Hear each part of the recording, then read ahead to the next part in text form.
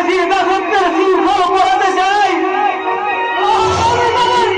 আমি তাদের ক্ষমা করবো না মা, আমি তাদের ক্ষমা করবো না, আমি তাদের ক্ষমা করবো না মা। যাহারা যাহারা তোমার বিষয় আছে বায়ু কোথায় গেছে তোমার গেল আমি কি তাদের ক্ষমা করিব না? আমি কি বাঁচিব ভালো?